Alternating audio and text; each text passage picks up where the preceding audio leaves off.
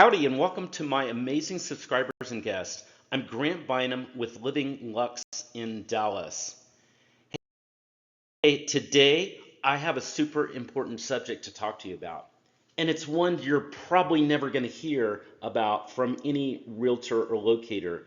But the fact is, you need to know it because what we really want in your next residences is to make sure it's safe. It's great for it to look good and all that stuff, but it needs to be safe. So I'm going to tell you 5 easy ways to check to see if your residence is safe. You can use these ways on any residence in town.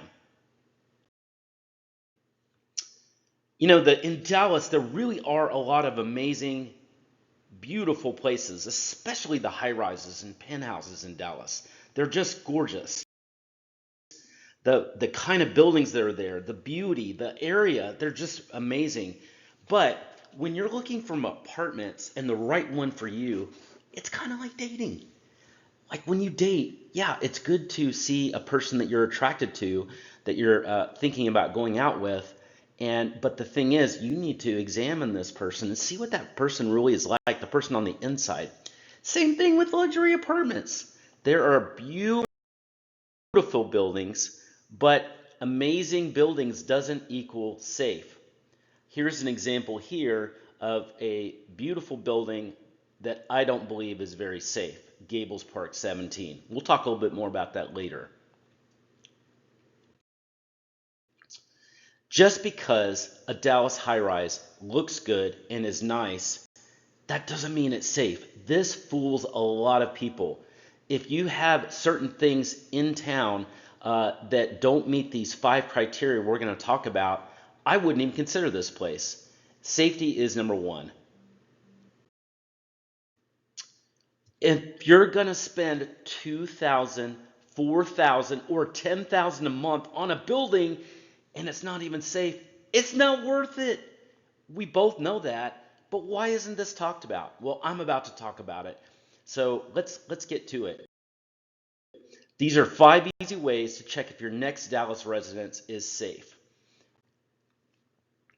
So let's get to it. And again, I'm Grant Bynum with Living Lux in Dallas. The 5 ways that I'm going to tell you check out in your new place, the higher level of security and safety assurance that you're going to have. So safety key number 1 is the building in a good area of town. Okay, I know that's kind of obvious, but not really, because what happens is, hey, there'll be a beautiful building in an unsafe area, but then if the area is an area where you're going to feel like this walking around and you're going to have characters that look like this, leer at you and that kind of stuff, is that really even an area you want to consider? So you need to check out the area itself. And if the area is unsafe, it doesn't matter how beautiful the building is. Ignore it. If you are going to have something that looks like this happen often, that's another sign that you need to not be in that area. I've got some specific examples I'm going to share of this. So if the area is bad, you've got to ignore it. You've got to start with a safe area first. Hey, here's an example of a not safe area. You need to take it off your consideration. It's Deep Ellum. That is a war zone. Just get it out of your mind. And yes, there's some very pretty buildings there. Take it off. It's not even worth it. Hey, what about Trinity Groves? This is another area that's becoming very nice in a lot of ways, but there's too much unsafety there. You need to ignore anything in the Trinity Groves area, and that's just 2 of the areas. You need to know the areas that you're considering and if they're considered generally safe areas. So start with a good area. That's the foundation for anything else. By the way, if you would, please like this video on YouTube if you like this content, and also subscribe to my channel. Would love to have you on if you're not a subscriber at this time. Okay, safety key number 2 is the building physically secure. You might think this is a no-brainer. It shouldn't be easy to get in the building if you aren't a resident. That's basically it. But now you'd be surprised how many buildings don't have some basic safety steps covered as far as securing their building. Let's talk about this one. So key fob access for your building. Is the building, do you have to have a key fob at all entrances, every part of the building, especially in the first floor? There needs to be a key fob there that's protecting it, and you need to flash it every time. Every resident needs to flash that every time to enter. That's a no-brainer, and it's non-negotiable. Next thing, the garage. First of all, you should have a garage in the building. If your building doesn't have a garage, skip it. Not worth it. Not worth it for your security. And when I say garage, I'm talking a key fob protected garage. So the garage needs to be protected by key fob or something that you could put on your car that's like a toll tag that's built in. Another thing is the building garage restricted to residents? That's another huge safety thing you should be thinking about. This one is huge. Number 3, oh my goodness, floor security. Is a key fob required for every floor of the building? Every floor. It should be. This is big, big on security. If it's not on every floor, that's a huge safety risk. It really is. It doesn't matter how good the building is secured outside, but every floor isn't secured. It's just a big deterrent if it is. So you need to be looking for that. Is it on every floor? Okay, safety key number 3. Does the building have 24/7 concierge or video monitoring? I realize that not all buildings are going to have a concierge, but you should be looking for the ones that do. And if they haven't, put a huge emphasis on those buildings. Hey, a concierge is great. They'll become one of your best friends. They'll help you. They'll give you guides about restaurants and tips about getting to know the area really well. But what a lot of people don't realize is they're also monitoring the building. They know when everybody comes in and when they go out. They're visually checking residences, and they will alert security if there's an issue with someone that is coming in the building that they don't know. So 24/7 concierge, and that by the 24/7, huge.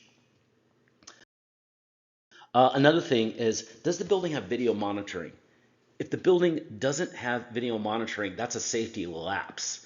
There should be monitoring that's going on where they're checking out the main entrances, and including the garage of the building. That's a big, big deal. And they're actually physically looking at and recording it, by the way. So another sign of a really good security building. Another thing is, do you see this girl? I love this picture because this girl is actually at her desk. She is the concierge, but she's looking at the front door. So she is physically looking at it. That you want that. That's a big deal to have that where they can see the main entrance and see anybody that comes in and goes out. It's just a big security deal. It's obvious, but you'd be surprised how many even concierge buildings don't have this. Okay, so another safety key is, does the building have valet service?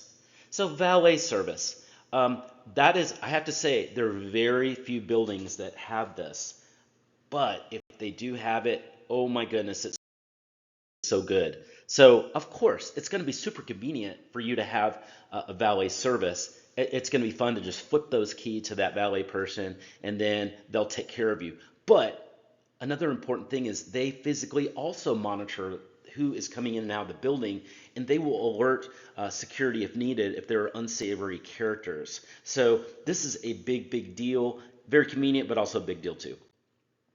Okay, number 5. Is the building's management company good? Okay, this is the most important security feature. I've seen a lot of great buildings absolutely ruined by terrible management. This is literally the most important security feature that exists, because if your management is not right, man, you might as well just go to another building. It's that important. You need to check out who the management company is. The key that you should know is most buildings in Texas, penthouses, luxury high rises, luxury apartments, they're actually managed just by a handful of companies. It's a handful. It's literally 90 to 95% are managed by about 7 to 10 companies in the state of Texas. Um, Now, you should look for the name. So if you see the name of, you need to know who the name is. You need to ask questions about the name. If you see these names, I'm not saying every one of the buildings that has these names on it is good, but in general, these are really good, well-known, better management companies. So I like these a lot: Greystar, Willowbridge, and ZRS. Um, okay, on the converse, if you see these names, there needs to be a red flag go up huge. Um, Sorry, but Gables, red flag. Equity, red flag. MAAC, red flag. Small management company. So if the building has this unknown management company that is new and doesn't really know what they're doing and is not well known, that's a red flag. They may not know really how to protect you in the case of an emergency. I talked about Gables. Boy, I'm not a fan of Gables. They have serious security issues, and I've seen it year after year. Not a Gables fan. This is my opinion, but I say run from Gables. Okay, here is a bonus safety feature, the safety key, but it's huge. Does the building prohibit Airbnb? Does it? So why is this important? Well, hey, I don't want to see Airbnb in my building. Um, Here's the reasons. Airbnb guests have no screening of any kind, but they've got all the building access that you have, that you would have in that building. Airbnb guests seriously degrade the security of all buildings because they go through no security, and they can stay for 2 or 3 days and have complete access, and they can do anything that regular screened security background checked people in the building have, but they go through no checks. Very, very serious lapse. So this is what I've found. When I first started checking into this, I would ask the building, do you allow Airbnb? Well, every building is going to say, oh, of course not, sir or ma'am, we don't allow the Airbnbs. But here's what really happens.